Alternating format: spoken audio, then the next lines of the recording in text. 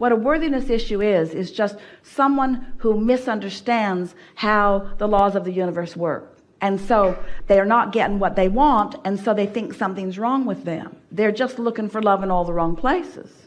Or they're just not understanding that they are vibration. Or, do you know what the dominant reason for anyone who has a worthiness issue is? They have plenty of negative emotion and they're willing to put up with it. And the only reason that anybody would be willing to put up with negative emotion is because they don't know where it comes from or why they've got it. So you could cure unworthiness in a few minutes with anybody, with everyone, if you could just convince them that the reason that they feel that feeling of unworthiness is because Source is rooting for them and they are rooting against themselves. But it's just a habit of thought. It's just a habit of talking in opposition to what you want. That's all that it is. When you talk in opposition to what you want, you hold yourself at vibrational discord. So what you want can't come. And then you make up all kinds of really weird stuff to explain why it isn't coming to you, when there isn't any reason that anything you want isn't coming to you other than the fact that you keep noticing that it isn't coming to you. You can't care that it isn't there. You got to find a way to feel good even though it isn't there, and then it will be there. If you could see yourself as a transmitter, first you have to accept that this is a vibrational universe and that it is the translation of vibration that is happening. Even when you see something, it's a translation of vibration. So everything is translating vibration. Vibrations are all being managed by law of attraction. You get what you think about. In other words, these are just the basic precursory things that must be understood by anyone. When you focus upon what you want and it feels good, there's no split in your vibration. And if you can manage to stay with no split in that vibration just for a little while, manifestations will occur to you. So the way we teach worthiness to people who are having a problem with it is by helping them to find some subject that they don't have a pattern of negative thought about, long enough to get it active in their experience. And then we say, watch for that. The universe is going to bring you evidence of this. And when it comes, acknowledge that you accomplished that.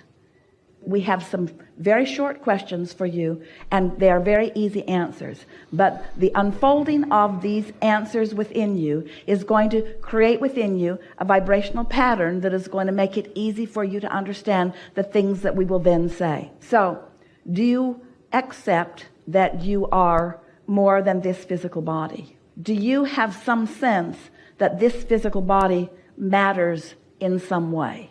So would you even say that you accept that you are here for a reason? Do you believe that you have some measurable control over your own experience? Do you believe that action is part of that? Do you believe that there is something even also, we won't say more quite yet, something other than action that is responsible for what happens in your experience?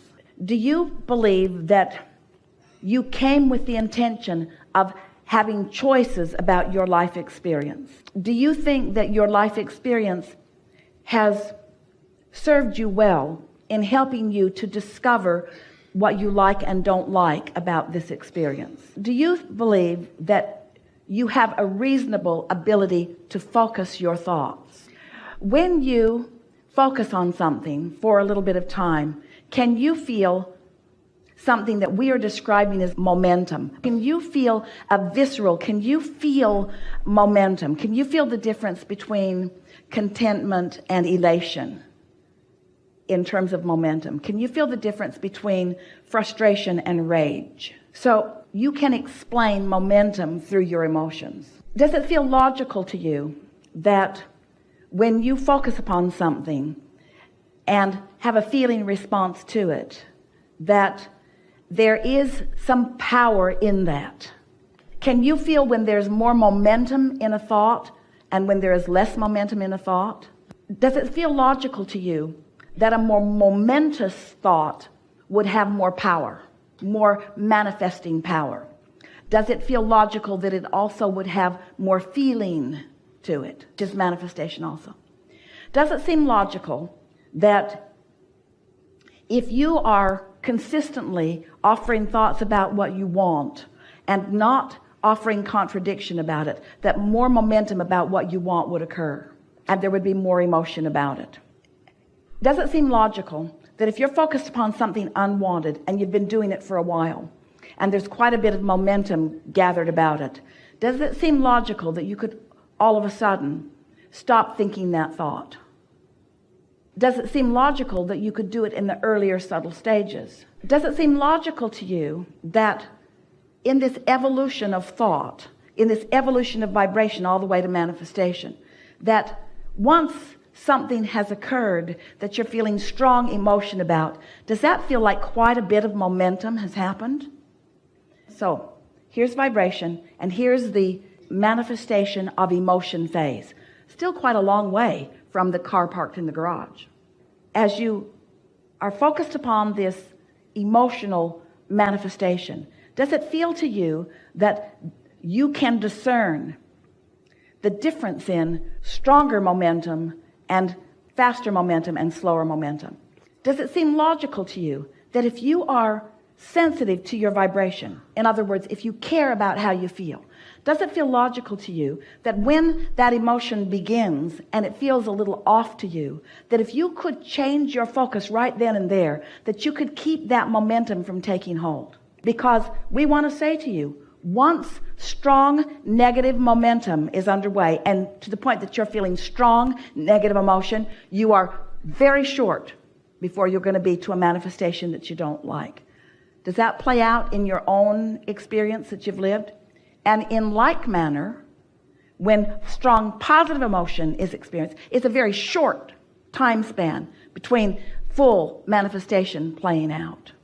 So, does it feel logical to you that if you keep finding yourself in an emotional place or a fully manifested place that you don't want to be, that the solution to that is just care more about how you feel and catch it at the earlier subtle stages? Don't wait until you're into anger or into an experience that is negative and then try to do the work. That's not the time to do the work. That's the time to take a nap. That's the time to use any form of distraction that you can. That's the time to move yourself as best as you can away from the condition that seems to be the inspiration for the strong negative emotion. Sometimes the easiest path of least resistance is to move yourself away from the condition that keeps being the inspiration for the negative emotion. Does that make sense to you? Path of least resistance says when you're taking a path somewhere, do you get on the highway that is the bumpiest? Oh yes, I think I will get on this bumpy road. I think I will get on this really bumpy road. Why? Because I want to prove my worthiness. I want to prove my ability to endure the things that don't feel good. Isn't it interesting how this all ties together? It's like you're trying to prove that you're tough enough to endure the things that you do not want. And this has nothing to do with path of least resistance. Path of least resistance says, make yourself comfortable. Path of least resistance says, do anything and everything that you can to hold yourself in the vibrational frequency of feeling good. Because it is only when you feel good that you are in the vibrational frequency that allows you to be the translator of the things that are good to you. You see what we're getting at? Do you feel how that all ties together? If you care about how you feel, you might make one decision. If you care about how somebody else is perceiving it, you're likely to make another decision. And so many of you have been trained to provide the service for the others. So you disregard the early subtle stages. You disregard it even when the stages get bolder. You disregard it, you endure it, you buck up, you persevere, you push through, and then you wonder why things aren't going as well as you'd like it to. And we say, because you've practiced suffering. You've practiced suffering. You've practiced becoming vigilant and valiant and tough. You've practiced ignoring your guidance system. You've been practicing the path of most resistance for a really long time. And then when you get to some place that you don't want to be, then you say, oh, well, I'll just do a focus wheel. I'll do a process. And we say, make it easier early on. Take the path of least resistance. If something doesn't feel good to you, Don't turn the television program on that upsets you, and don't call the person that is unpleasant to talk to, and don't spend your time doing things that don't feel good. Give yourself the vibrational opportunity to connect with who you really are and then move forward. And what you're going to begin to discover is the more you clean up your vibration, there are going to be people around you that say, hey, I haven't been seeing as much of you. And say, I know. Because it's easier for me to love you from a distance. And loving you is what I want more than life itself, because it is life itself, you see. And so once you decide that you're going to care about how you feel, what's going to begin to happen is you're going to click into that broader perspective, and then worthiness just becomes a non-issue.